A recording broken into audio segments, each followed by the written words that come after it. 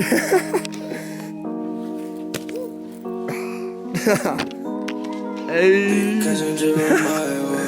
The one-handers only. Oh, dang it. I'm not saying it is. Bro, there's some shit where you're just like, bro.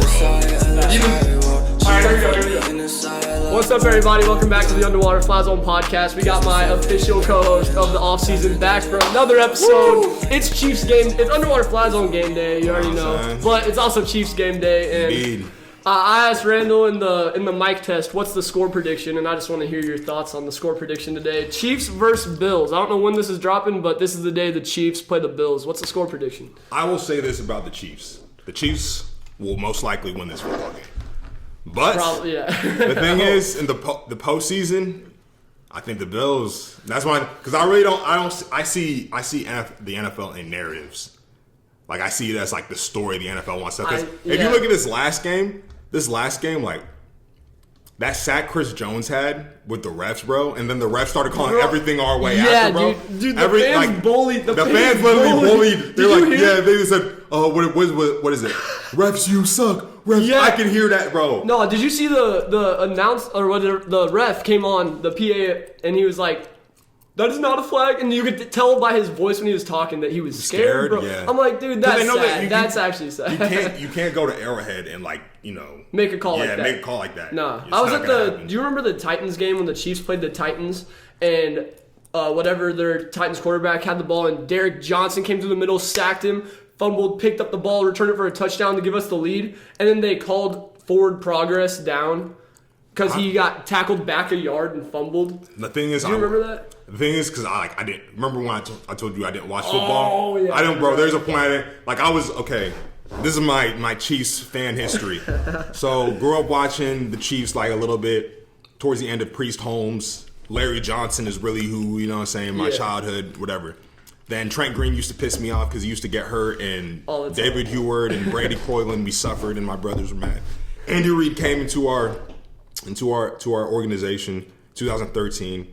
And I was like, yeah, he's good, but he just got fired, and he's never won a Super Bowl. And then we got Alex Smith, who was mid, and I love Alex Smith, but let me not disrespect Alex Smith. But we knew there was a ceiling. Bro. Like there's a ceiling with Alex Smith. There was a ceiling, and I knew that. And it felt like there was a ceiling with Andy Reid as well. I kind of thought the same thing. And I felt that exactly with Andy Reid. I felt there was a ceiling as well. There's only so much a coach can do. You can see even Bill Belichick, as good as he is, he needs a player like Tom Brady. Yeah. So like, what really made me like just stop watching the Chiefs was like 2013. I told you this. 2013, the Colts, bro. Yeah, the Colts. We were up. That game was so bad, bro. We were up by like 4 scores. I don't know if any Chiefs fans remember that.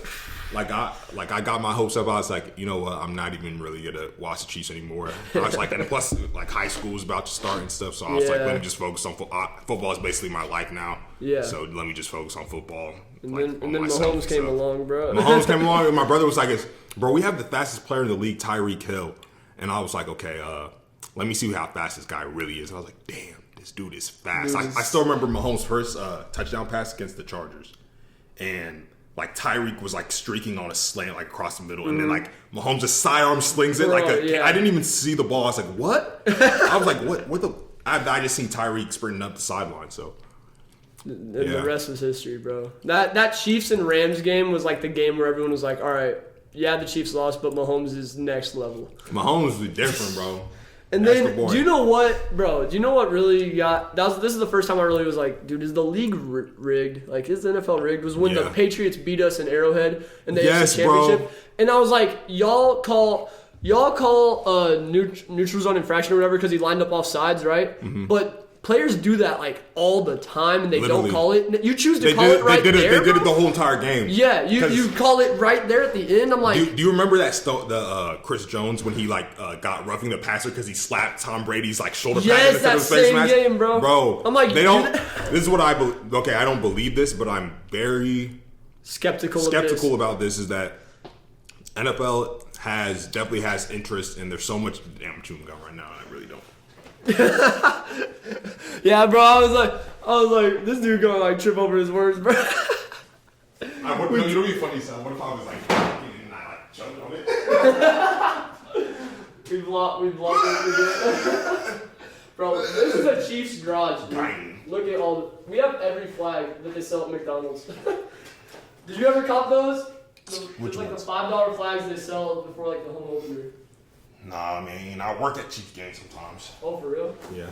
Alright, I was at the Texans game where we came back, and there was like these JUCO kids from like Texas and stuff, and they were like rooting for like the Texans and all that. Oh, really? Yeah, bro. I'm like, oh, y'all about to lose. Y'all about to be down. I'm that. Like Mahomes starts coming back, bro, and then it's just crazy. That Texas game. Yes, bro. Dude, that was nuts. And they just couldn't say anything. Okay, but back to like skeptical of the NFL potentially being rigged, bro. Like I don't want to believe it, and I don't believe it, but I do believe that they have interest. They have a plan that they want to be executed, Yes. and the refs know about it. I feel like low key. They have narratives. I feel like certain like referee crews have certain like, okay, call this game. You know what I'm saying? Mm-hmm. Or like we want this game to go this way because it's gonna increase ratings. Like if Patrick Mahomes keeps on beating Josh Allen, it's not going to be entertaining. People say, "Oh, we already know what's going to happen." That's they why need to I'm keep it. They need to keep it interesting. They need to like even that Raiders game. It shouldn't have been as close as it was because honestly, like some of those plays, those calls, just made the game more competitive towards the end. Dude, those calls were rough because like we got screwed. That might have been the rule on that roughing the passer or whatever, but it was some BS. Like let dudes play. But then after that, they started giving us every call, bro, and I'm just like, dang, now the game's going our way. And you know, one game that pissed me off last year was the Bengals game in the AFC Championship. Oh, because how good Mahomes was playing in the first half to like the second half, it looked like he was like someone went in his ear and stuff and told him like, bro, just something. Yeah, because I can tell, bro. There was 2 games where I looked at Mahomes and I just knew like it was just weird. Mm-hmm. The Super Bowl against Tom Brady, because before the game he just looked sad. Like he looked like he wanted to cry, bro. Yeah, no, he just looked sad. And it was weird because it's like, bro, you've been here and won before. What you scared about? You were here last year. You know what I'm saying? Yeah. And it's just like the NFL. I feel like the NFL has narratives it wants to push. I'm not saying that this is necessarily true or anything. It's just that you have to be able to question anything. I think the thing that me and Foster kind of have in our mindsets is that we're able to look at things objectively, and we're not going to just go with the casual norms thing to believe. You have to be able to question everything, because once you do, you can unlock different creative, like you can think differently than everybody else does. Facts. And with that being said, let's get into. Is this gonna be my interview part 2? This is about to be your interview part 2. All right, bet. Hey, by the way, score prediction tonight. I'm gonna go Chiefs. Let's say Chiefs 31 and then Bills 28. I think they'll keep it close, but I think that the Chiefs just will. The Chiefs are just the Chiefs, bro. They win games. I'm telling you. But it's gonna be hard for the Chiefs to lose twice at Arrowhead against the Bills. Yeah, watch the Bills just run us like they did last year in the regular season. That'd be trash, bro. But if we do, then we should. I feel like we should win against them in the playoffs. Yeah, we'll have that. 13 seconds all it 13 takes. seconds. But all right, baby, let's get into this. But man, I've been waiting for these questions. I'm telling you. So, you're back in college. You know what I'm saying? Yes, sir. I seen some college vlogs, bro. Yes, sir, baby. Man, all right. What's been going on? How's college life for you? How's the vlogs going? Let me start this off by saying that I feel like social media and like Instagram and all this stuff is really a highlight reel of people's lives. So don't look at my vlogs and think this dude's having an amazing time every day. No, bro. Like I'm still stressed. I still got schoolwork that's annoying. I'm actually. I'll tell you some stuff about what's going on in Maryville right now. I'm up for Homecoming King, and there's a lot of meetings and stuff associated with that. And then Homecoming in general, being a president of a fraternity, has a lot of meetings too. And then other meetings, being a president, and then school stuff. And then I'm leading a retreat on October 28th that weekend. I'm like part of this team leading a retreat for the Newman Center. It's the Catholic center up there, which I'm Catholic, but like, you know, they asked me to do it, so I'm gonna do it. I was like, what's one more thing to add to the list? And that's gonna be awesome. So I got a lot going on though. Are you like, how do you kind of like manage like vlogging with everything? Do you just kind of do it on the go? Is it part of your just like movements, or is it just something that's like you have to plan out specific times? So I tell Maisie all the time, like she's like, what are we doing this weekend? I'm like, girl, I don't even have the next hour planned. What do you mean this weekend? So like it just pops up. It pops up, but then for like a vlog, I have like an idea of like, okay, I'm gonna bring the camera to this week, and I'm gonna bring the camera to this, but I'm not gonna bring it here. You know what I'm saying? So like, with College Vlog 1, I knew I was vlogging those softball games. I knew I was vlogging the Chiefs party. But I was like, I don't know. I didn't know if I was going to vlog when we went. Was it College Vlog 1 when we went to Source Collections and I bought a hat? I think that was 2. That one I did not plan to bring it, but I was like, screw it, let's bring it in video, and if it's cool, I'll keep it in. And then I was like, I'll shout my boy out in the vlog. Let's do it. So some stuff is like, I just have the camera with me. And then some stuff, I'm like, let's not bring the camera, and then we go and do it, and I'm like, dang it, I should have brought the camera. What's your favorite scene that you shot? Like, oh, bro, it's that skate. If you watch the skate part, bro, I mean, no question. First of all, that's something that we do like every week, multiple times a week. So I was like, hey, y'all, let's bring it along for one time. And that hill that we hit there at the end. Yeah, bro. They was hitting the Naruto. They was had down there. Well, not the hill before that. Did you see hands the one behind where the back? I brought the camera down with Tigre? I brought it down with him, like videoing us. It was the steepest hill I've ever hit, bro. It was right before we went to like the Dollar General spot. I remember the Dollar General. Yeah, okay, so right before that we hit this hill, and we've always looked at this hill and been like, bro, there's no way. Did a car come up when you guys were doing it or down? No, it was the one right before that. I know what you're talking about though. But so we always looked at this hill when we'd skate and we'd be like, that's scary, bro. Bruh. But let's do it when we vlog. So that was the first time we ever hit it. And bro, it was scary. Because it's steep. It's like a steep hill, and then right at the bottom it just flattens out, and then there's like cracks and stuff. Oh shit. So we're just like, whoa. You could see Kevin. My boy Kevin almost wiped out. Damn. He was about to eat it, but then he like recovered real quick.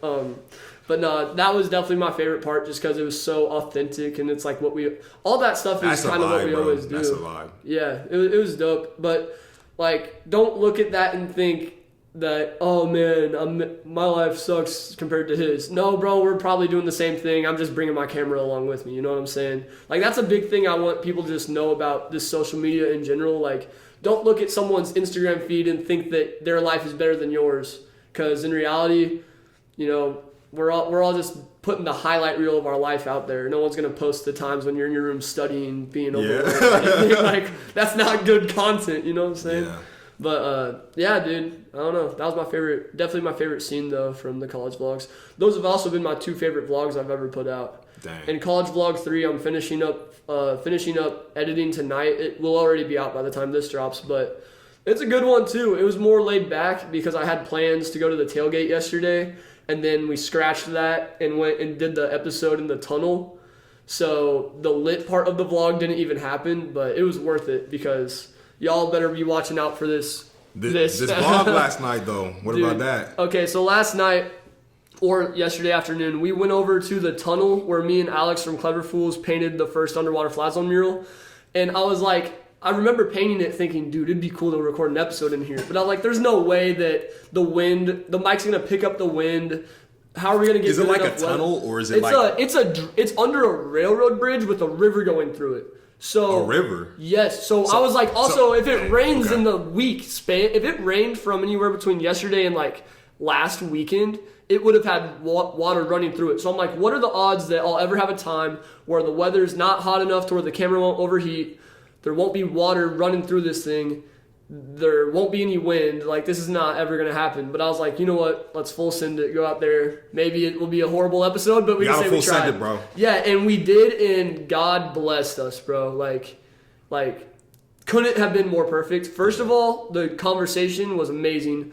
Second of all, the weather, bro. Yeah. Like, there's moments in my life where I've known, like, I'm supposed to be here right now doing this. And that was one of those moments where I was like, this is supposed to be happening right now. And I came home and I was telling my parents, and I was just like, I was like speechless when I got home. Because they were like, was it fun? I was like, I don't even, like, that's not even a good way to describe it. I don't know what it was. It was like God put us there right in that moment for a reason.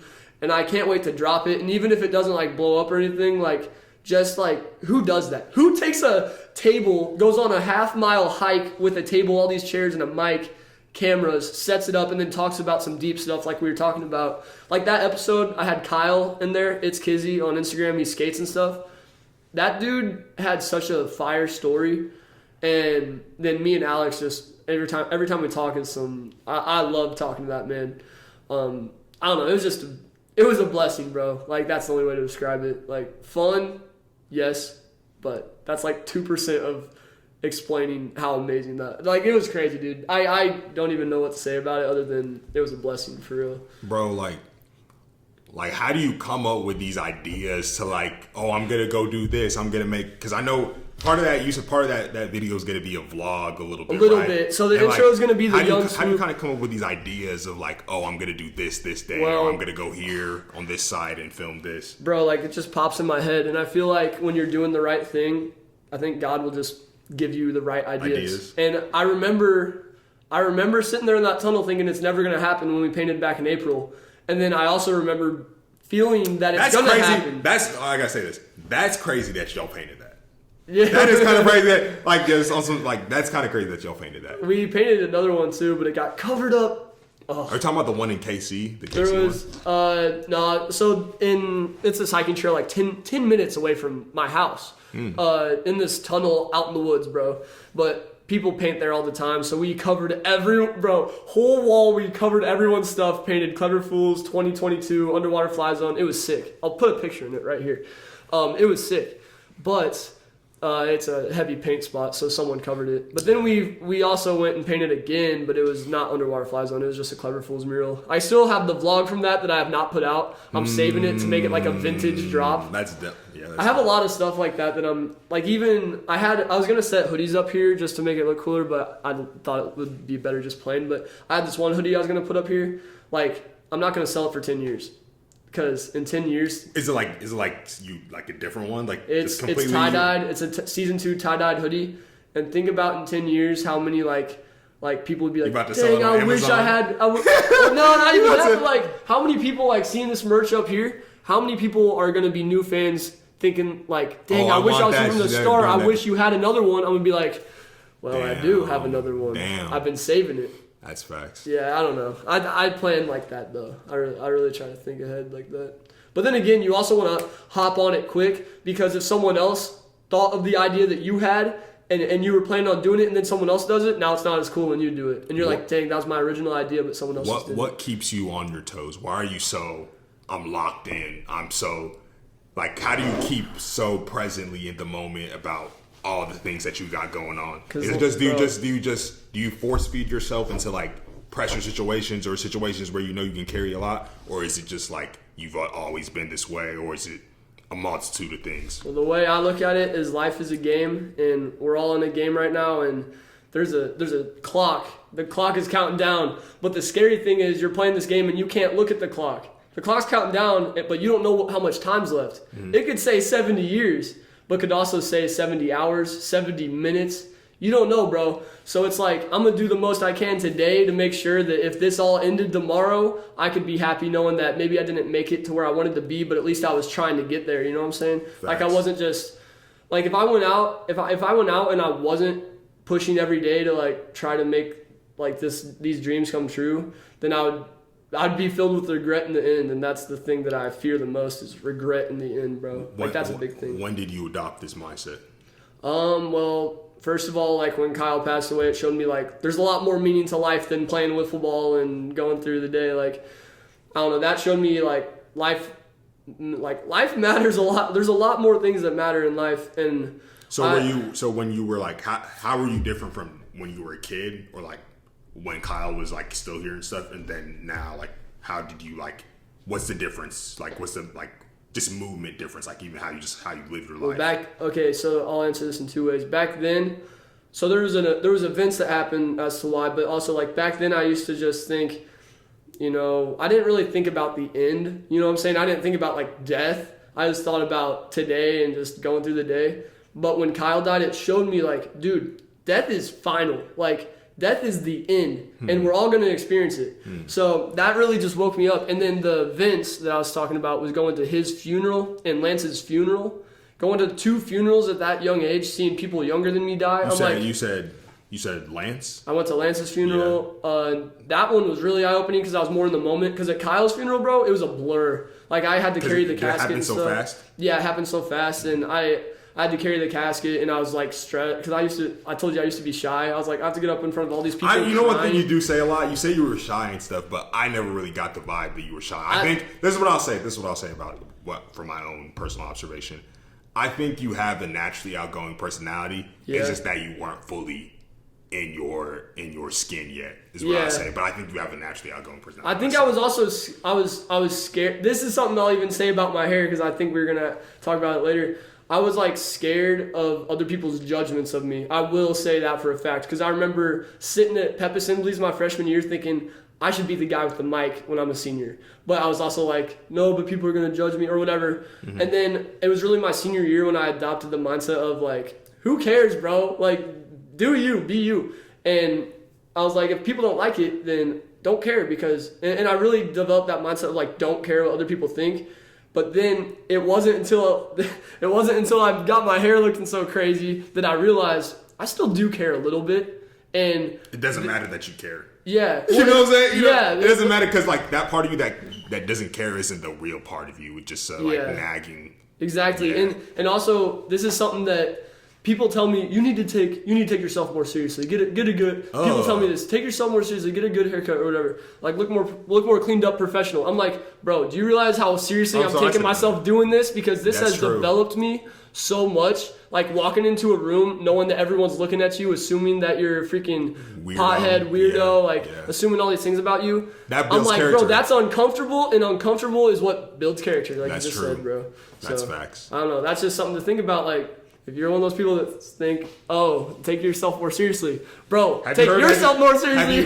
Have you heard, I think you'll know what I'm talking about probably, but I remember X in his No Jumper interview, I'm pretty sure he said it, but like he tattooed his face, so he said, bro, I can't go back now, I tattooed my face. Yeah, I did see that. You know what I'm saying? And it puts you in a different like zone, like, don't tattoo your face, but unless you get like so rich, bro. Like, but if there's certain times where you can like, do certain things that can really put you into a mindset of I'm attacking my life, like no matter what. Yeah. You know what I'm saying? And X, he also like, when he did that, he was basically, like telling himself there's no going back. And also he's making himself now stand out from the average person.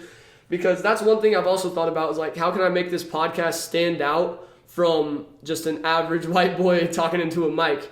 I know my messages can be different. I know I can go do stuff. Like go to the freaking tunnel like we did yesterday. That stuff really makes this stand out from the average person that could buy a Yeti mic and do this too. And also watching videos of a dude looking different, you know what I'm saying? Like if he's like, what's up with this guy? What's this dude? This is interesting. Like what is going on here? But if I just looked like every other dude, then you're just there's no like pull, there's no brand. There's a brand to you. Exactly. And with X tatting his face, that is exactly a personal brand. And shout out to Alex, everyone knows like 17, like the album, and then you connect, you just think about X's like tattoos. Or numb with the tattoo, with the heartbreak. Bro, and he had like the tats on his nose. Those or the 3, I was like, it looked like he kind of looks like, I don't know, X looks like some Indian Asian alien or something like that. He looks like Native. I think the Native American tat right there. I loved it. That. He looks like he's like an alien, bro. I ain't gonna lie. Like he looks like he could be from Avatar, like the movie. Dude, he was something else. But shout out to Alex. He talked about in the tunnel episode. He was saying like, what's your personal brand? And I didn't know what he was asking, so that was the only part of that whole episode that was kind of like, I don't know what's happening. Yeah. But that really is like, this is my personal brand. Like I look different than everybody, and I love that. And honestly, I think in life there's a lot of people that want to look different, but they're afraid to step out because society chains us down. And that's a big reason that I love doing my hair like this, because I have now like broken the chain of the things they're trying to chain me down to. Like you can't control the way I look anymore. Yeah, I'm doing me. You know what I'm saying? That's something to think about. Like, it lets you fully embrace like, okay, I want to really do this for myself. I want to put myself in this position, and you don't have to like worry about. You can just fully express yourself. You know what I'm saying? And like you've informed me on, and just like watching Tate, like there really are people in control. Oh, I told them don't open the garage, bro. Hold on.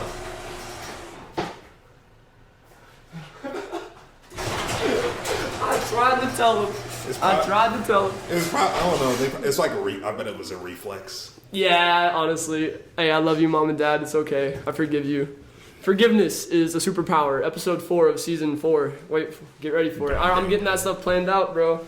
But no, like there's people that are in control of this society and like they want you to like conform to that, bro. And it's getting worse. Bro, with social media, because I want to ask you about this, bro. Like, yeah, how do you feel about deplatforming? Like, how do you feel about deplatforming? How do you feel about like? Have you noticed like?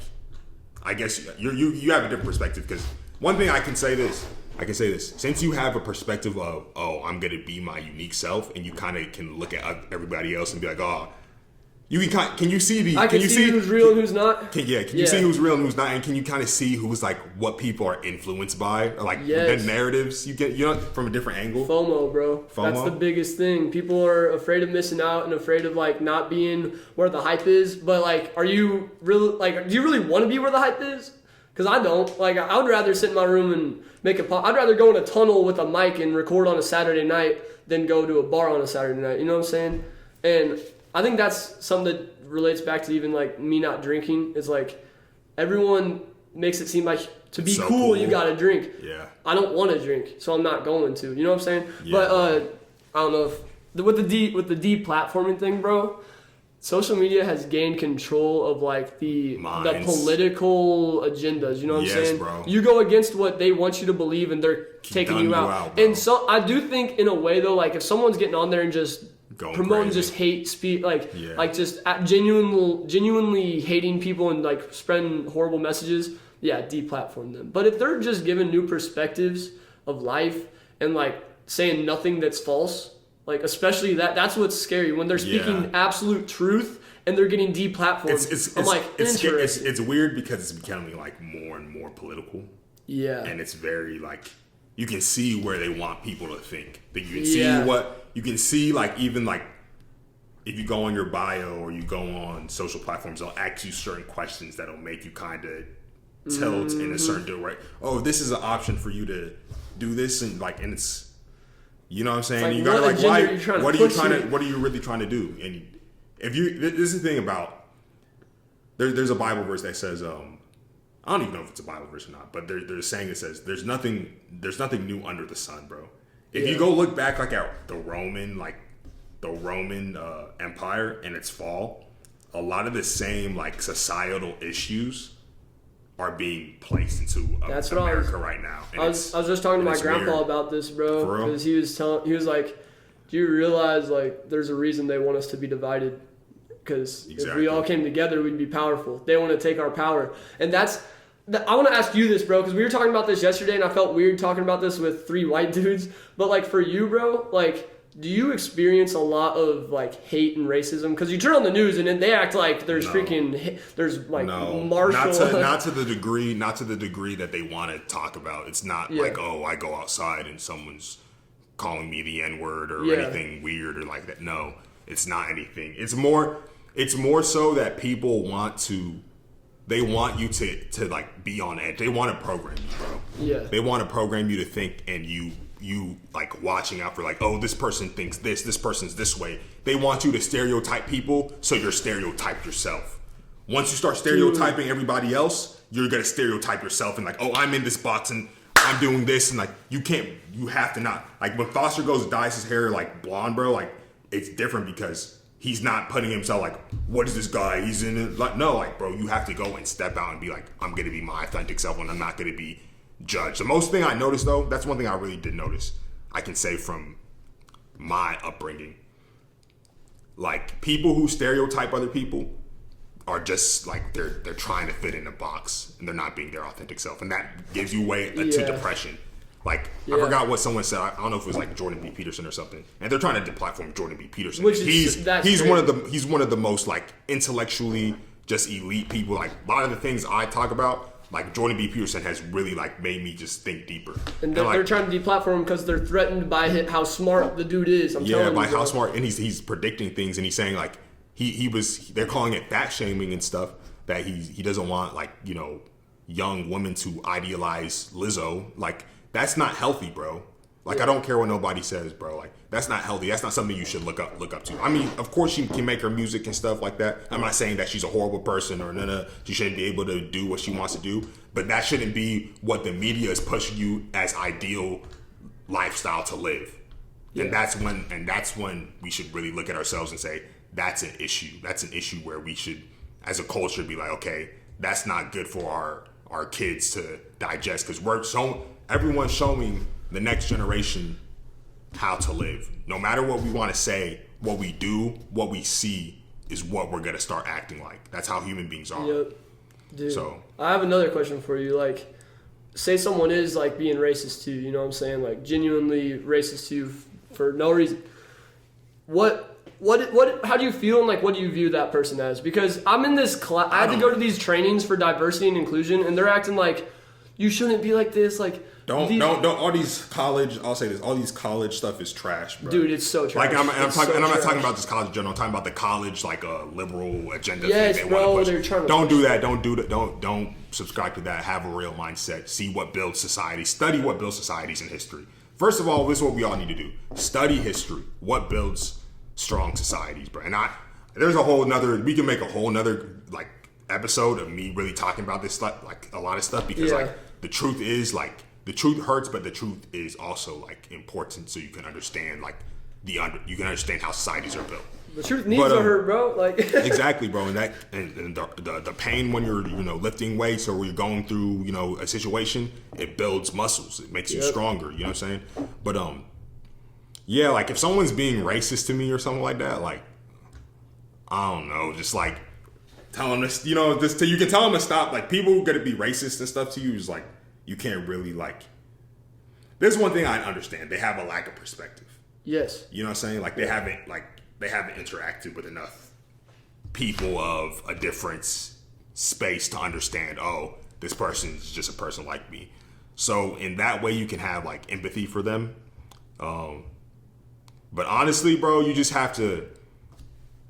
There's multiple ways I could say it. I could say it in an aggressive way, but I'll say it like this. This is what you have to do, bro. Like, not everybody's gonna like you in life, bro. It just is what it is. Like, the sooner you can just like accept not everyone's gonna like you, no matter if you're black or you're white, or because, you know what I'm saying, you wore a shirt that someone doesn't like, or political views or whatever.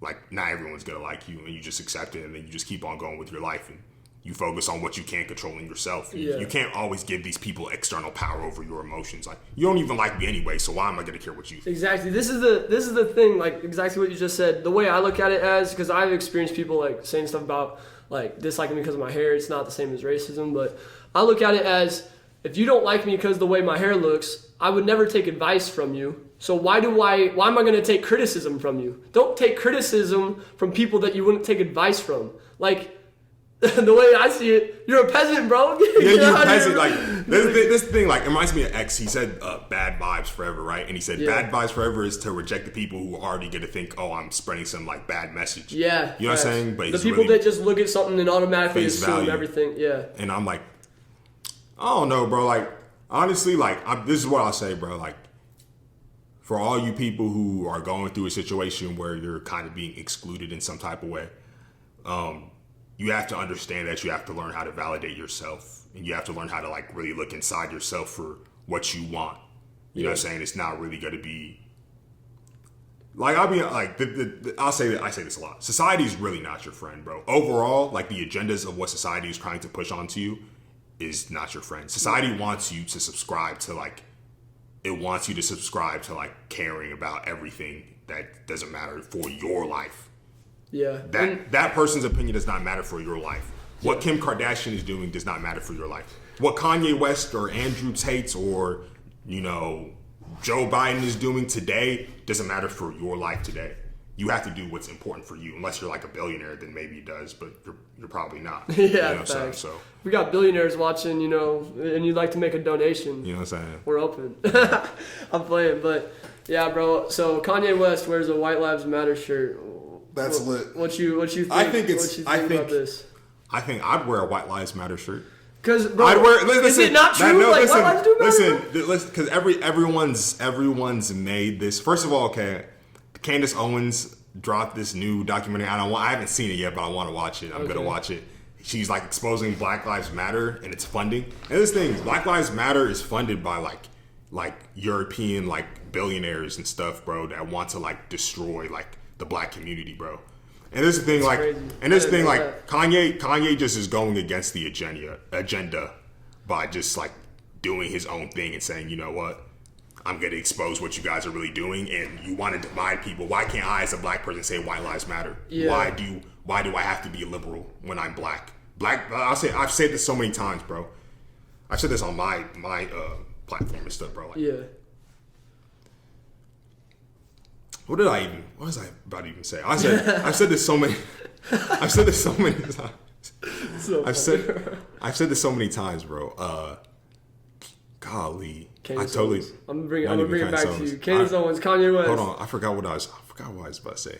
You're saying like, what did I even say, bro? You're like, dang but anyway, bro. God damn it, bro. But anyway, like Black Lives Matter is funded by like George Soros and like Henry Kissinger and all these people and stuff, bro. Like, it's a bunch of like elites that want to control society.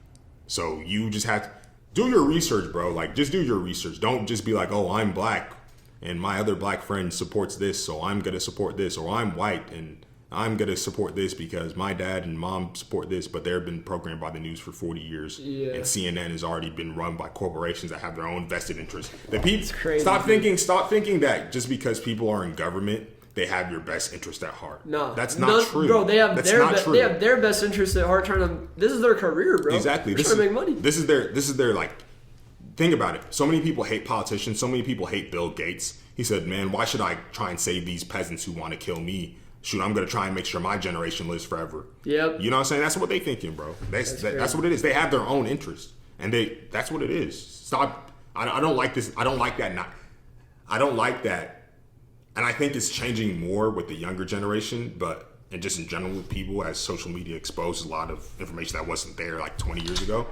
But I don't like that the mindset is just the default is like, okay, I'm going to believe what the government says and the government has my best interest at heart. It doesn't, bro. It's people still too, bro. Yeah. And people aren't pure. People have their own things, bro. Like, it's just the truth, bro. It's just the truth. And it's the hard truth, but it's the truth. Yeah, facts. And then, like, I think, like, with Black Lives Matter, when I would see people, like, not support it, I'm like, bro, you gotta support that. That's a true statement. Black Lives Matter.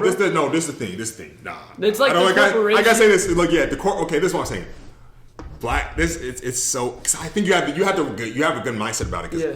Yes, the statement Black Lives Matter, I am totally fine with saying Black Lives Matter. If you don't like saying Black Lives Matter, then you're weird. Yeah, but if you don't like, but the corporation behind it and the funding behind Black Lives Matter and Antifa and all that stuff, what the actual like program is, it's corrupt. Yeah, it's corrupt. And then, but you know what I'm saying? If someone says all lives matter or white lives matter, the statement in itself is good. You just have to go look behind where the money's going.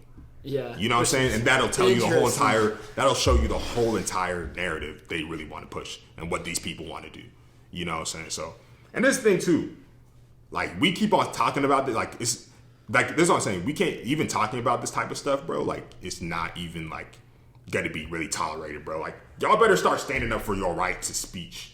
Y'all, like, stand up on social media if you see someone, like, to be honest, if you see someone like Kanye West, you see someone like, even Alex Jones, as much as of a conspiracy theorist and crazy things he said, like, you have to fight for your right to speak and say what you want, because those rights were not free. To get those rights to speak for free, those were not just, people died in wars to gain those freedoms. And it's been 200 years and those things haven't been tested. And now we're going to be tested. This generation will be tested about those things. What do you want? Do you want safety and control from, puppet masters and stuff? Or do you want to be able to have the freedom to say what you want and the civil liberties that your forefathers of this country actually fought for? And see the power in it. And that's the power that these tech companies have now over our lives, because you're gonna be on Instagram every day. You're gonna be on TikTok every day. Look at your screen time. You on YouTube that for every day. 5 hours. They own your mind. They own your programming. But if you say something, you can stop your bothood and your NPC living. You know what I'm saying? It's about production and it's about production and it's about consumerism. You know what I'm saying? And you have to tell them what you want because it's going to hurt their pockets if you start actually standing up for yourself. We on today, bro. Like, we on today, bro. Oh, break the laptop. Nah, bro. That shit funny. You told me something one time. Because I was telling you, I was like, bro, I don't even know if I want to talk about this stuff on a podcast because it's like, did X really die, or what? Did the government send those? Like we can't even talk about this. We can, but we can't even. This is what I'll say, bro.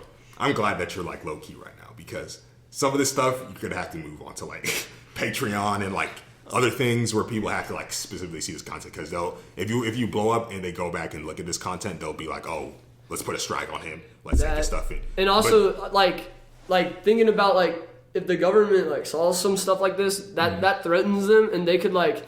I was telling you, this is something that you told me that stuck with me.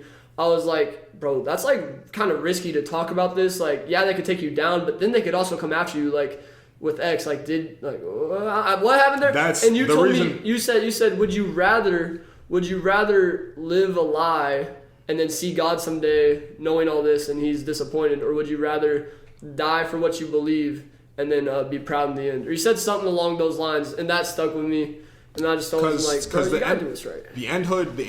This thing, because you're going to lose in either situation. Either spiritually you're going to lose because God's going to confront you and then you'll probably be banished to hell because you care about more your selfish, desires, your own personal self, and not humanity and your family and generations to come before you. It's about long-term and short-term thinking. Yeah. And that's a real factor in terms of the spiritual side. But then also long-term, short-term thinking. These people are vying for more and more control. Look at what happened in 2020.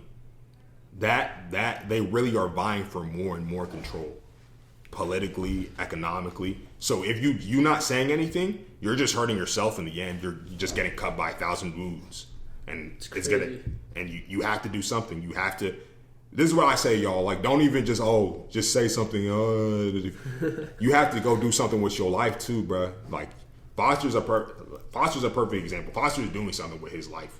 At least, one thing that I definitely agree with Foster on. When you actually know you're attacking your life, at the end of the day, you can look back and you can be like, man, I'm proud of myself. I'm comfortable. If I died right now, yeah. I can be like, you know what, God, I really, put myself out there to be successful. And that's what you have to accept. Because everyone's going to die regardless. So you might as well not try and this is what I heard this saying too. Those who love their lives, like their worldly lives and their worldly possessions, will lose it all. But those who, love God, they will gain it all. You know what I'm saying? Bro. So if you love this world and stuff, it's going to get taken from you, bro. You know what I'm saying? This will be taken from you. All this stuff is temporary. If someone went and destroyed these big tech companies tomorrow and we lost connection to our phones, what are we going to do? A bunch of people going to be on some... gonna be cracked out, basically, bro. They're gonna be checking their phone like why am I not getting any notifications and stuff? People, dude, we are addicted. We don't know it, but we are. Even I could even say it, bro. Yeah, we're all if I'm having free time, I'm on my phone, bro. Like, then that's bad, and that's a habit I'd love to break, but it's tough. Hard. And it's like and it's like, can I even really break this habit? Oh, well, type. You know what I'm saying? Exactly, bro. Like some stuff I said on the last episode, we were talking about money. I was like, well, what are you going to do? Like, we all just result back to that. And this is the thing, like, if you have to try, bro. Like, don't try. Like, try, y'all. That's all I got to say. Like, try to put yourself in a position where your family's going to be good, bro. Yeah. Like, try and put yourself in a position where your family's going to be good. And, dude, like, I look at this from, an athlete's perspective. 2 minutes left in the fourth quarter. Who you want with the ball if it's a tie game? Do you want one of your teammates to have it, or do you want to have it? For Facts. Me, I was the kid on the team. I wanted the ball, bro. Facts. You got to look at life. Like I said earlier, we don't know what the clock is, bro. It could literally be 2 days left. And in a lifespan, that's about that 2 minute.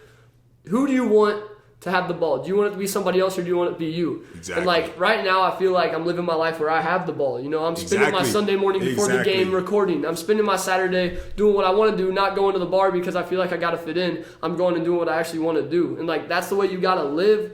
You got to find out what is it that makes me feel free, and let me go do that, because that's when you really have the ball. Like, who Like, literally, do you want your teammate, if he misses, now you got to be mad at him? No, I'd rather be mad at myself. You know and then what you I'm got to know where you got to improve at. And you got to figure out, like, if you don't know why you want, because that reminds me of something, this one dude named Justin Waller, he said this. He's one of, like, Tate's friends. Is this dude a white dude with, like, a jawline? He's like a redhead, but he's like, I think that's where I heard that from. Bro, Jay Waller, this is one thing he said. He said, you got to figure out why you don't want the ball. You got to ask yourself, do internal work. I've seen that video. Why do you not want the ball, bro? Like, you have to figure out why that you don't want to attack your life, why you don't want to be in charge of yourself, because if you can't guide yourself, you can't guide nothing. I'll tell you why people don't. They're afraid of failure. And that's don't be afraid to fail, y'all. Like, if you're afraid to fail, we said this before, you really are not trying at life. Like, you got to be willing to put yourself out there in uncomfortable situations, knowing that you could fail. And if you fail, good. You learn, bro. Exactly. That's what I'm telling my mom right now. She's going through this. She's going to be a yoga instructor. She's like our families are a reserved family. I don't know if you can tell by the way I am, but like I told you, I used to be shy and stuff. Like, we're reserved. We don't like talking in front of people at heart. So she's having to get up and instruct all these people in these training classes. And she's like, there's a chance she doesn't get it because she's competing with people. And I'm like, Mom, if you don't get it, good. Like, good job for trying. Like, good job for not being scared of the fact you can't get it and putting yourself out there. It's either you're like decaying or you're growing. Yeah. So when you go and you fail or you go through pain, understand that's a growth process. That's the breaking down of your muscles, and it's regrowing to be stronger if you fail and you put yourself out there. I fell in love with losing at one point, bro, because I was like, every time I lose, I grow so much more than if I win. And that's what I told. Like, I just want to say this, like, Mom, if you're watching, I'm so proud of you, because she has always been like kind of afraid to go do something like this. So when she did it, I told her, I was like, if you succeed, like, that's going to be great, like, awesome. But if you fail, that's going to be just as awesome, because you still took that step, and you still, like, failure's where you grow, bro. Like, I remember losing games, and I'm like, in wiffle ball, during the regular season, I'd rather lose games because we build. If you win all the time, and then you have a different type of motivation. You have a different type of fuel to, like, now I know this, and now I know where I need to improve so I can grow, and I can just, you know what I'm saying? And you know why? Like, now you have a goal, too. Yeah, now you have and a you goal. know how to respond when you're down. You know what I'm saying? That's like, true. A lot of people. That's the biggest. I feel like actually, I think what you just said right there. How to respond when you lose. That's the difference between you and everybody else. How you respond when you lose. How will you respond when you're down and out? You know what I'm saying? Josh Allen just scored, and you got 13 seconds left. You know what I'm saying? How you gonna respond, bro? You gonna patty it up. Who? You going Kelsey, you going Tyrese, you going Butker, baby. Who you gonna be? Who you gonna be? Are you gonna be Tua Tagovailoa and you gonna get knocked out the game and you gonna be tweaking? Or you gonna be Pat Mahomes? Pat Mahomes. You gonna be the Grim Reaper? Listen to this. I think you're gonna be damn. That's so bad. No, that's messed up. Hey, I love Tua though. No, I love Tua. If you're watching, I love Tua. Let me say this about Tua. He did not deserve all the hate that he got for not being as good as like Pat Mahomes, Josh Allen, Lamar Jackson when he first got into the league. But I'm glad that he's, after year 3 and stuff, he's getting into his groove and stuff, and I hope he gets healthy and stuff. Sometimes you got to tell jokes and not be offended. Yeah, facts. Sometimes you got to lie. I think that's the problem with society is the perception. Honestly. No, but for real, like, where's my Panda Express? Macy's gonna be so mad now. For real? No. Oh shit! Oh, you need to think about damn. Nah, bro. We always play with Macy. Damn. I'm not even gonna get into anything else. Bro, I know you. Bro, I was talking about his hand signs, his jutsus. He was throwing. My boy was watching Naruto in his mind. You seen Naruto flashbacks? I'm done, bro. But okay, back to this. This is something I really want to touch on talking to you. This is something I've thought about in Maryville. Participation trophies have killed the generation because, bro, if you come in 8th and you get a trophy, they gonna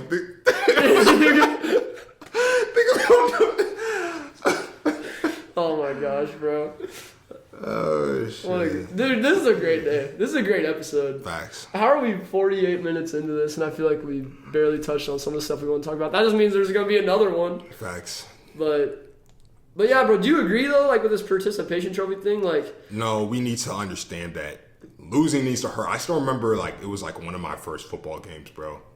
Probably, like, my 3rd football game. And we were facing the Knights, right?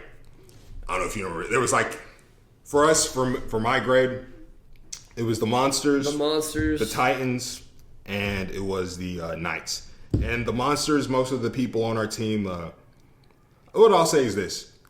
The other teams were better than us. They had better records than us. And we were the ones who used to be like, oh, you guys suck, whatever. And we lost to the Knights, bro. And I was so mad, bro. Yeah. I was so mad that we lost because it's just something about like losing that just does not sit right with me. You know what I'm saying? And like losing that game, it just pissed me off to a different degree. Like I didn't know how much I hated losing until I lost that game. That's crazy. And then I was like, damn, bro. And then what made me mad too is that my team. It is funny. I was like in 5th grade, bro. Our coaches were going to Buffalo Wild Wings. I was like, why are you guys going to Buffalo Wild Wings? We just lost. Yeah. And I was like, does nobody care like me, man? Like, my coach was like, oh, Randall, do you want to go to Buffalo Wild Wings? I was like, no, I don't want to go to Buffalo Wild Wings. We just lost. Bro? And like, there needs to be an uncomfortability with losing, man. Because you have to have a mindset of how you see yourself. You can be who you want to be. But you have to first work on that mindset. You have to work on that image of yourself. You have to know what you want.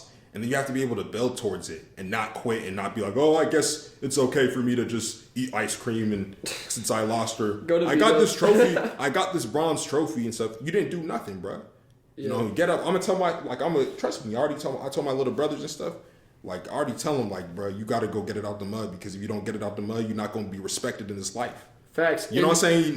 Nobody respects mediocrity, bro. No. I don't know. People don't respect mediocrity. If you want to be great and you want to be respected amongst people, you want to be respected amongst men, amongst your peers, amongst society, then you have to go get it out the mud and have a hunger within yourself. And some people have it and some people don't. Facts. And go inside yourself and figure out what you want. Sooner you figure out what you want, the sooner you can idealize your life and you can make yourself unique amongst everybody. And that doesn't mean necessarily becoming rich or famous. That just means becoming the best version of yourself you can be, the most authentic version of yourself you can be. It's like how Foster said he dyed his hair. Like, now he's showing that he's more of himself. He's more like Foster has a brand to him. Like, oh, Foster, he's that kid who has the blonde hair that, you know, he has his podcast and he does this, he vlogs, he skates, all this type of stuff. He's 5'6". It has a certain type of, you know what I'm saying? It has a uniqueness to it. Yeah. And that's when you can really distinguish yourself. So distinguish yourself by embracing yourself and knowing what you want out of life. Yep. And another thing, going back to like with my mom, bro, she's like, it's such a hard journey to go through. I'm like, good. It needs to be hard or else it wouldn't be worth it, bro. Exactly. It needs to be hard or else whatever you're doing, if it's easy, it's not going to feel as good when you succeed. And also if you you're going to appreciate it more too. Exactly, you're going to appreciate it more. And if you do fail, you'll be like, dang, I learned so much through there that I could at least apply that to something else, bro. Facts. If what you're doing is not hard, this is the thing. If your life is very comfortable and you live through each day like feeling, oh, I'm so good, like nothing's going to go wrong, bro, something is going to go wrong. Like death is coming, and that's something that people need to think about. Like, you need to enjoy every day and make the most out of every day, because a bad day is coming for all of us. And every day that you get through and your people you love get through, that is a great day. Facts. And that's just, I don't know, that's something you really got to think about. I feel like that's one thing I like about your perspective that I kind of like want to adopt even more of, is the mindset that you have. Like, you really try and maximize every day. Yeah, bro. You know what I'm saying? Like, maximizing every day and realizing, like, you know, you never know when it's your time or it's somebody that you love's time. You know what I'm saying? Yeah. So, like, if you can have that mindset, it's going to put you into a different gear. You know what I'm saying? Dude, it really does. Like, even just today, I got I want to ask you, we got the game coming up. I'm like, let's do this, bro. I want to ask you, like, so, like, as you, like, walk about, like, your life and stuff and you kind of do things, is that like a thing? Like, is that like a underlying like tone within your mindset of like how you're like always thinking about that kind of? Some people tell me I'm like too serious at times, but then other times people say I'm not. Like, here's the thing, I'm too serious about not getting the most out of each day is what they're saying. But then that's like, great. But like, I'm serious about having fun and enjoying each day. So like, when people are doing stuff that's not really fun and stuff, I'm like, no, we gotta be doing something else. Like, this is a waste of my time. They're like, chill, let's just chill, bro. I'm like, no. We don't got time. I don't got time to chill. good. I'm sorry. Facts. So people are like, bro, you're too serious. Let's calm down. Let's lay down. No, I see. No, like there's certain times I've seen you get into gears where it's just like, nah, we got to go, flip onto this because we got to maximize what we're doing. You know what I'm but saying? then again, like during what we're doing, you want I'm to probably enjoy the most fun. Yeah, like, you're enjoying it. Yeah, I'm energized because. Yeah.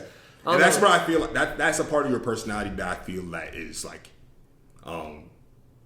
natural to you. You're a very fun-loving person, and then I feel like you've cultivated a mindset of like, oh, I'm not gonna waste my life. Yeah, you know I feel like the way I am around people too is like, when you told me that one time that you're like, you're smart, bro, you're smart. Like that's the first time I've ever really been told like you're smart, and I'm like, I've always known I'm smart. But how did you know I'm smart? You know what I'm saying? I said, because you're smart because you live life. You know what I'm saying? Like you actually live life. Like other people don't live life. You actually maximize every day. And even the reason why is like being smart isn't like everyone would see a billionaire and we'd be like, oh, he's smart because he's a billionaire, right? Yeah. But really what took the billionaire to be successful was a bunch of failure, pain, heartbreak, business losses, loss of money, time, hours spent, and now we're just, oh, you're smart. But like you're smart because you didn't give up. You're smart because you decided to learn. You're smart because you didn't let the people that told you it was never going to work out dictate the way you lived your life. Exactly, That's bro. a big thing, bro. Like that's why a lot of people will never see that because they're living their lives based on someone else's opinion of how they should live their life, even though the other person's opinion of you may only exist because they're afraid to see you do better than they did. Exactly, bro. That's a big thing, bro. Like Facts. people for real, like, well, sometimes I feel like I'm doubted by people, not because they actually doubt me, but because they're afraid to see me succeed and have regret inside of them. That's facts. Think about that. Like people will see you like succeeding and they will project, oh, I don't want this person to succeed, or this can't be possible, or this person's a cheat, this person's something, because, oh, I didn't achieve what I wanted to achieve. Yeah. But the thing is, the truth is that if you look into yourself and you just be like, I can become successful no matter what, you're going to become successful.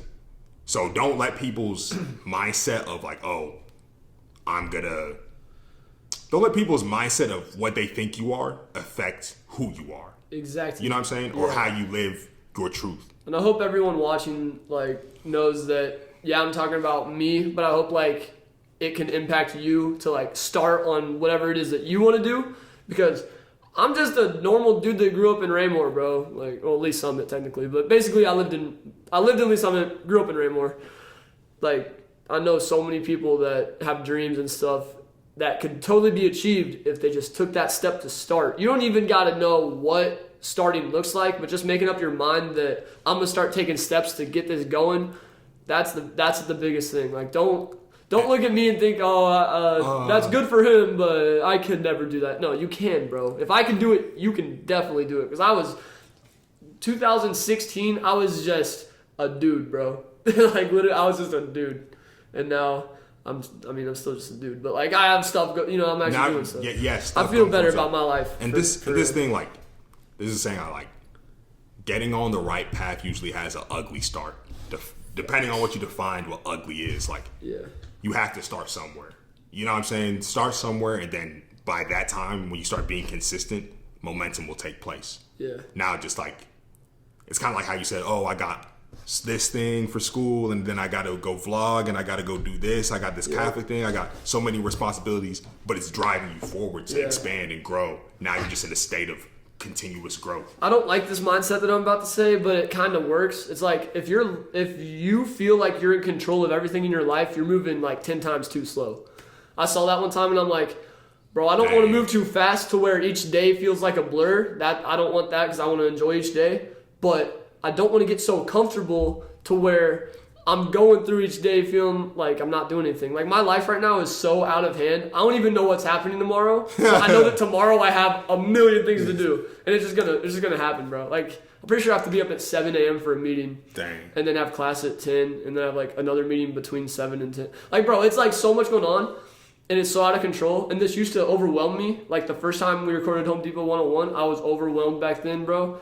But the thing making is, yourself you went into overwhelmed. that. Bro, you stepped into the fire, bro. Yeah, stepping into the fire and letting yourself be overwhelmed will turn you into an absolute beast. And like a lot of people call themselves kings these days. I really challenge you to look at your lifestyle, because if your lifestyle like I'm kidding. Bro, look at your lifestyle. Like if your day consists of, you know, putting your all into each day, then yeah, you are a king. But if your day consists of like, I'm gonna go play Warzone and then scroll through TikTok for 3 hours and then go to bed, like, come on, bro, you can do better. And I believe in you. I believe that you can do better. I truly do. Like you can do more with your life, and I fully believe that you're capable of your dreams. Just, you know, you just gotta take control, bro. The moment you can just take control of your life, bro, it's like, I said this before, it's like when you're playing with Mario Kart with your friends and your round comes up and you got the remote, you're in control of that round. A lot of people are basically taking that remote and passing it off to someone and say, hey, play my round for me, bro. Or they're like, look at this person playing Mario Kart, when you can be driving yourself. Yes, bro. Drive. Like, you're putting that thing in autopilot. You know it's what like, I'm saying? bro, who wants to do that? I'm trying to play my round in Mario Kart. I'm gonna beat y'all. Play me in Mario Kart. I'll whoop you. But hold up. Time out. We're gonna switch the battery real quick and then probably end this off. We just hit an hour. Shout out to my camera, Fuzz. Fuzz the camera, going for an hour. I think that's the first time that's ever happened. Nephew Fuzz killing the game. Yes, sir. All right, we're gonna hop back into this. We're gonna end it off pretty soon, but we could go all day. So we're gonna hit me with a question. Brandon's gonna hit me with a question real quick. Do you feel like do you feel like sometimes you can't say what you want to say because people have a certain perception or judgment about you because you're white or you're, you know what I'm saying, blonde hair and different things like that? Dude, I try to say what I want, you know, but, you know, when we're recording an episode, there's certain things that, like, certain jokes or whatever that I'm just not trying to get canceled. You know what I'm saying? No one's trying to get canceled. And it's not even that I'm like, I'm afraid. It's just like, it's unnecessary, bro. It's not a smart business decision. Like, even when we talked about Tate, bro, one of my biggest supporters, she still supports, but she told one of my homies, sorry if you're watching and I'm calling you out, love you, I still love you. She hit up one of my homies and was like, yeah, I kind of lost some respect for Foster because they talked about Andrew Tate. And I was like, I'm sorry, bro. Listen, and I don't know if I know you or not, and like, you probably don't. I probably don't. She cool though. You cool, like, bro. I still love you. I still love you. Like, you're still cool. Like you're still cool. Or you're. I don't. This thing. I ask you to like look at people at multiple perspectives and stuff, and don't just run off with just one type of narrative and stuff. Because there is things that Andrew Tate has said that are just not. That are just not. You know what I'm saying? In the right lane. At all. Yeah. But there's also another side of people and just his content, and if you want to talk about him specifically, but a lot of times of people that are not as discussed. And if you really take in the whole entire thing, you can see the good, the bad, the ugly. Yep. It's like when people say, like when X died, people were like this, I'm glad he died. I've seen people on Twitter saying, I'm glad he deserved to die. A 20-year-old kid deserves to die. There's more depth. There's more, you know, pieces to the pie than just what, you know, a blog will say or a clip on TikTok or even one video will say. There's depths and layers to people and stuff, and I think that if we give people a chance, it gives us a chance to grow our perspectives. Yep. And I also think, like, that's why I've kind of, in recent episodes, not tried to bring up Andrew Tate too much. Not even because someone said whatever about me, because I realize, like, there's people out there that they have seen like 20 videos of his, and all they've been were some of the things that he said that I don't agree with everything this man says. But then if we come on here and say we love him, now people just automatically, he adopts all his mindsets. And that's the thing too. Like, we were talking about motivation. Yeah, like, exactly. The motivational stuff. We weren't talking about anything. Motivational stuff is fire. It's fire. Yeah, we're talking but about. But then some of the stuff I'll tell you why I seen this clip. And this is why there's such a divide on Andrew Tate, especially on TikTok, whatever you want to say. Whatever you like, whatever you pay more attention to, the algorithm is going to program that. Yeah. So, for example, the algorithm says something about Andrew Tate on a podcast saying something derogatory towards women or something that could be seen as derogatory. If you pay more attention to it, even if you don't like the video, the algorithm's gonna be, oh, this person stayed on our app longer, look into this. Yep. I'm gonna continue recommending this. So that's what you're gonna see. And What you're gonna see. yeah. But if you're for example, if you're a guy and you're watching Andrew Tate and you see some motivational clip, right? And you're like, dude, this is so motivational. I like this video. I'm gonna keep on watching. Yep. Now you're gonna be programmed. So you're seeing different things depending on what the algorithm is feeding you and what you pay more attention to. Like your feed, bro. If I go on Underwater FlyZone podcast Instagram, that is like that's the best feed. Like people say, don't wake up and scroll. I'll wake up and scroll for a minute because there's reels that pop up on there that just get me feeling good. Like it's motivational stuff. You've asked me where some of my gyms come from. A lot of the gyms are just from that Instagram page, just bringing up good stuff for me, and that's the Andrew Tate stuff I see. I see all of his motivational, great stuff. But if your feed is you looking at, you follow CNN, you follow whoever else, they're going to be popping up his stuff that is not good. Like his stuff that is whack. You know what I'm saying? And a lot of the things he said, not to defend him, but he was joking probably. But they'll take that as facts on these. And then some of the stuff was just messed up. But then like the stuff I see is his motivational stuff, and it's fire. Like it really is fire. So get on here and say we love him. Now someone thinks we love what they've seen of him, which is misogynistic. Yeah, stuff. so now they're like, I don't know about those dudes anymore. Yeah. You know, so they're tweakers. It's tough. It's tough, bro. It's tough. Kanye Like West. that's why you gotta live life with a forgiving mindset. Like you don't like me, okay, let's dissect why not, and we're good. Exactly. Okay, we're good. And I I say like you gotta try and understand like where we're coming from because we just seen different things. Basically, I say when it comes to that. But yeah, I don't know. Just you know what I'm saying, see different perspectives, ask people why. Yeah. Ask people why. What was the original question you asked me when we restarted? Is that not crazy? This is the loophole, yeah, that's what I'm bro. saying, bro. That's just the loophole too, right? Yeah, literally. But I'm what is it? What is it called?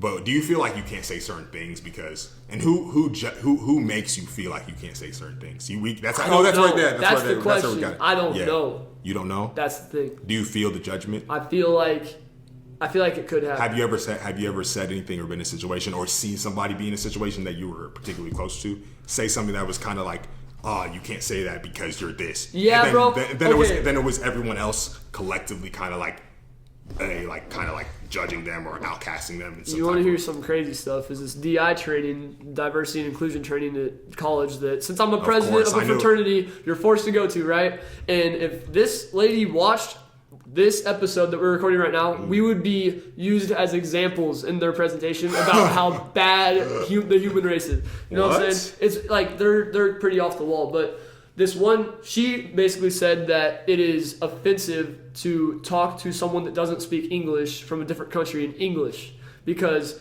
you are not making them feel safe and included, right? And this dude got up and said, I do coding with computers. Bro, my head is just messed up. Listen to this. He said, I do coding in computers, and the English language is the only language used because it's come in the universal language, so we can all communicate and feel like more included or whatever. And she was like left speechless, and she just was like, yeah, I'm gonna call someone else, and calls someone else just because she didn't know how to respond to the dude saying it's not offensive. It's literally being used in coding. Like that. It's like she makes a crazy statement, can't respond to the criticism for it because it's been proven as crazy, and just moves right on. And the people around, is it a student or is it a teacher? It's a teacher. She's Indian. Her race is from India, right? But her name's Jessica. She grew up in America. So I mean, she's a genuine good person. Just I feel like I'll say this. Sometimes people project their hurt and their trauma as something that needs to be instead of like work. It's like the same thing with the racism thing that I brought up earlier. Like not everyone's gonna like you, or sometimes you're gonna be put in unfavorable situations. Sometimes you might be judged for what situation you are. That doesn't mean the society needs to get better. You know what I'm saying? I mean, society doesn't need to get better. Some people need to be better, but you can't control society. You can control yourself. So you can't project that onto people because that's not a realistic playing field. But do you know how I said he got up and said proved her wrong basically? The amount of dirty looks this man got for saying this. People were pissed at this man. And I'm sitting there, he was at my table. My table was like it's me and then like three other dudes, and then he was sitting at the table over. We're all like, yeah, legit. And then we looked around, and we're like, oh, let's not act like we agree with him because these people are about to go off. I'm like, bro, you really can't say the truth anymore. It's tough. It's scary. Like, it's scary. It's scary. The agendas that are trying to push. It's grime, bro. It's grimy. Yeah, it's not good. Yeah, but I don't know. So that's the example. Like, I'd go to 4 of them to get officially trained. I did not say a word at any of them. I sat there and I was like, because one dude just said something like, you know how people will talk and you can tell they're just saying stuff just to agree with them and not get canceled? He was trying to say something, but since he just looked bad. Since he's like a white dude, she proved that what he was saying was wrong. Wait, what? Yeah. Wait, what? Like, she was attacking. Wait, what? He got up. She was stop. I don't know. It was the whole thing, bro. What? We don't gotta get too much farther into this. I'm not trying to get university. No, that's bro. It's whack though. Like he was, because you could tell, like, you know when Logan Paul was talking about Andrew Tate, and you could tell he was just like I said, reading the script society had wrote for him. That's what this dude was doing too, just saying all the right things. But they still found a way. Yeah, that's what happened. There's no point. There's no point in trying to satisfy people that don't fuck with you regardless. Yeah, he was like, and those are the people who are still living in level 2 of thinking. They just think, oh, this person, fits this stereotype. This is all this person's about. You stereotype other people, you stereotype yourself. Facts. That's crazy too. But do you know what he said? He said something like guys and girls, or like whether you're male or female. And she's like, actually, stop, bro. And that's all we're gonna say about that, because I'm not even about to get into any of that. But God, she was like, all right. We got anything else? Hour 10 minutes. Hey, bro. One thing I do want to say is, like, I'm up for Homecoming King. It'll be announced if I win on Thursday. And this will come out after that. And I just want to put out to the world, like, bro, like, whoever ends up winning, like, don't think, because I'm going to make a vlog that weekend. Don't think if I end up not winning that it's going to be, like, bad, because, like, everyone I'm going up against, like, I kind of find more joy in seeing other people, like, succeed anyways. So if I take the L, bro, like, and I don't know if I will. I don't think I'm going to. You was nominated to be Homecoming King, Facts. so you're already winning, bro. And also, bro, like, as I, like, walk to class and see Underwater FlyZone shirts everywhere, I'll see, like, 4 a day, bro, just people on campus. I'm like, I don't really need to win in order to know that I've made my splash in Maryville, you know what I'm saying? So, like, if this vlog that drops either before or after this episode comes out is not as lit because I lose, bro, just know that it's not really, like, affecting me as much. I don't know. I just wanted to put that out to the world, make a little real, because I don't know. People have been so tripping, like, bro, are people coming up to you and trying to make it, like, important to you, basically? It is important. Like, I think it'd be sick if I won. Like, obviously it'd be cool, but people are like, you gotta win, bro. You have to. And I'm like, bro, listen. I have already done more than I could have ever imagined that I'd do in Maryville, bro. So, like, this would just be just a plus. Like, I've already, when I walk to class and see my merch everywhere, I know that I've made an impact. You already dropped the album. You don't need the Grammy. Facts. You don't need the Grammy. That's sick. Dude. I also, one of my, like, side dreams, I guess, is I've always wanted to put out an album, bro. Do it. But I don't know where to record. Maybe I'll have Tigre help me record and mix. One. Dude, I think it'd be sick. Like, why not? I've done a podcast. I make vlogs. Why not have an album? I don't know what type of music I'd make, but it'd be sick. Do it, bro. Do it. You know what? I want to learn how to play piano. I don't know why. Piano's or a good, drums. Piano, guitar, bro. Guitar. Oh, that's fire. Electric Did you see guitar? at the end of the college vlog one when Tigre was just strumming out? Yeah, bro. Because dude just left a guitar at the house, and so he just brought it into my room and started Was it playing. an electric guitar or was it like acoustic? It was a broken old guitar, bro. Dang. And this dude just started playing it, and I pulled out the camera, just got that clip. He used to play he used to play guitar in high school and stuff. Really? Yeah, like. Well, I just looked at that and I was like, that's the coolest thing that's just a skill that he has, and I wish I had like a weird skill like that. Like, oh, there's a piano right there. Oh, I got you, y'all. Just start playing. Yeah, that'd be lit. I think it'd be sick. Like, I don't know, bro. We can end this off though. My grandma can play harmonica. Harmonica? Yeah, bro. Like, yeah. That's lit. Yeah. You play any instruments? Nah. We're going to learn. We're going to do drum lessons. My brother can do piano a little bit. We're taking piano lessons when I graduate college together. We're starting a band. Bro, what if we start a band, bro? Like a rock band? You could, yeah. Motley Crue #2. Let's do it. I call drums. Let's do it. Okay, I'm vocal. Okay. Oh, you got the Kid Cudi up in here. I'm telling you. Let me drop some Man on the Moon. You know what I'm saying? Randy Suede is Kid Cudi. I'm telling you. Long lost. I don't support all of Kid Cudi. What he doing though? He's is there some stuff? Oh, am I canceled now? He's supporting the agendas. Oh, for real? Yeah, but at the same time. So now you're canceled. I ain't canceled. Never. I ain't never canceled. I'm the Venom of his. You know what I'm saying? I'm the anti. How's the hair look now? Is it pushed up? Oh my gosh. Redhead. Swahili. Breaking chains, baby. That's what I tell Macy. Because some days it looks like whack, and I'm like, girl, just know I'm breaking chains. That's what I say. Breaking chains? Breaking chains. Oh, yeah? Oh, okay, yeah. The world wants to chain you down, but not me, but at least in some aspects.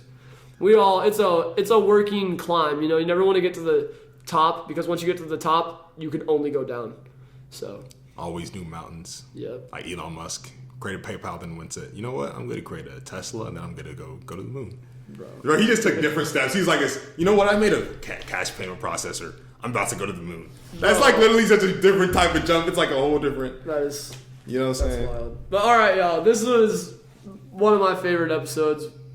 Maybe my favorite episode that we've done for sure. Would you say so? The first interview was good too. This is the good format. You ask me questions, I answer it, then you have an answer, then we just talk about whatever for 30 minutes, then we go on the next one. The last one we did was also great too, because that one was hilarious. That one I was cracking up and stuff. Yeah, that one was.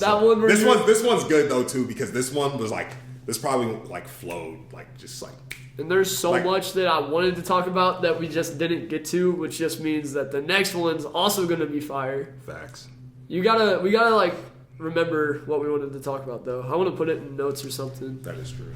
Just because, life goes on. 3 weeks from now, we're on a whole different... No, but this thing, like, when you released that second episode, and then, like, some of the things that we were talking about in the other episode, like, happened or, like, started, you didn't notice that, too? I did notice that. Bro, that's what... Like, it's cool because, like, I feel like we talk about actual relevant topics that actually affect things, like, in real time. Yeah. You know what I'm saying? And then you look back and say, oh, that's actually matters right now. And this is just, like, a weird, observation. Me and you very much did not stutter or anything today. And this is something that Tate does that makes him just on that next level is he talks clearly and quickly. Like, he says stuff very quick, very clear. True. You know what he's saying, and he's saying it faster than anybody else. And he uses big words and shit for some reason. I don't know about. I'm not with the big. When I hear a big word, I'm like, okay, I don't know what do you say? My infidelity. Yes, my perspicacious. Yeah, perspicacious. I'm like, nature. Huh? Like, have you seen those Sneeko like mimics when he mimics Tate? Yeah. I've got a Bugatti. I've got 6 cars. Sneeko, 3 wives. Dude, Sneeko sometimes like I'm like he's crazy, aggressive, but I love like his content because he's just like. He says it how it is. Type of videos. Yeah, it's different. Oh, you talking about his main channel videos? The one you sent me. Yeah, so where he's cutting his hair. Yeah, bro. I was like, this is a weird video, but it's fire. Facts. That one hit with me because all this his college stuff was trying to cancel him and stuff. Yeah, because that's the type of thing like everyone's important, bro. But just because I'm a president of a fraternity doesn't make me any more important than any other person, bro. Like. I think life is a balance of not being like there's a midline of our worth. Some people think they're above it and you need to come down, and then some people think they're below it and they need to come up. And that's like I've focused a lot on like the people that think they're below it wanting to come up with the Underwater FlyZone. But like you are not up here because you're president of a fraternity at a university. That does not make you any better or worse than anybody else. And I think that like I know that it kind of blinds you at times. You're like, hey, I'm the president. I can do and say what I want. Nah, bro, you are I feel like what makes the person is the actual characteristics. Yeah. You know what I'm saying? The characteristics is why you get into positions. Yeah. You know what I'm saying? Well, you're not the position doesn't make the man makes the position. Yeah. Like your worth as a human is right here, but then you can also work and do things with your life that make you viewed as like what they say really is important to me. But like at the end of the day, like on a human scale, your vote counts as one. Your life matters. God loves us all equally, regardless of like. I'm one of God's favorites. Yeah, bro. You know what I heard one time? It said God loves you as much as you hate, or it was God loves you as much as you love the person you hate the most. Because like God wants you to love everyone and treat everyone equally, regardless of how much. You know what I'm saying? Someone told me that. They're like, so when you hate on someone, God like is mad because that's his child too. Dang. So I that's a big reason I've adopted the mindset of forgive and love. You know what I'm saying? That quote hit me. And then also, I think we said this before, but like, basically, when you're hating somebody, you feel the hate. You feel the anger. You gotta forgive for you. You feel irritate. You feel you literally feel the irritation and the anger. You're only increasing your blood pressure. So why are you trying to hate on somebody when? That's what I'm saying. Like it doesn't on make the forgiveness sense. Episode. I mean, anger is good though. I feel like if you use anger to like pursue goals, and it's good and stuff. Yeah. But not to like try and, at least in this civil society, not to try and like go and. That's one thing, bro. Like a lot of people want revenge. Like I want revenge right now. I want Garrett's revenge. Garrett's revenge. You talk to Dre. That's a dude. No, that song slaps, that's bro. A fire song. That was like, I think that was one of the first songs. Okay, like everyone likes "Look at Me," bro. I did not like "Look at Me" like that when it first dropped. I didn't. I thought it was. I liked Garrett's Revenge was the first song where I was like, bro, this shit is. You know what I'm saying? That's what. It is fire. But bro, like the best form of revenge is self-improvement. If you think about it, like if you're gonna get revenge by being petty and stalking people's Instagrams and like DMing them and stuff, that's disgusting, bro. Like if you really want to get revenge on someone, show love to them and better yourself. Now they're like, what? Like now they're better than I don't know. That's a mindset. Put all your energy into you, bro. Yeah. Like people don't like at the end of the day, like people just don't. People only matter as much as you let them matter. You know what I'm saying? Yeah. Like, don't hate on people. Just love yourself, bro. Bro, we were gonna end this and then we went on for like. I know. Let's get last thing. Check out the gift, bro. I had these. I was gonna drop these in the XXX fun. I was gonna drop these in the my little thrift drop I did, but to show my appreciation to my boy, my old ex shirts. Look at that dude. He was the legend. What's that shirt right there? The drip life. Gone but not forgotten. Oh, I thought it was gonna be an X quote. That's still fire, bro. This shirt right here though is like a lot of people have it. I've seen like I think Juice WRLD was wearing it one time. XXX. Yeah, bro. And then on the back, it's got his face. I'm telling you. Shout out my boy Foss. You know what I'm saying? Hey, yes sir. Hey, love you guys. Thanks for tuning in for an hour and 20, almost 22 minutes. Like I said, one of my favorite episodes. Go Chiefs, baby. We're chopping tonight. Let's go. All right. I'll catch y'all later. Peace.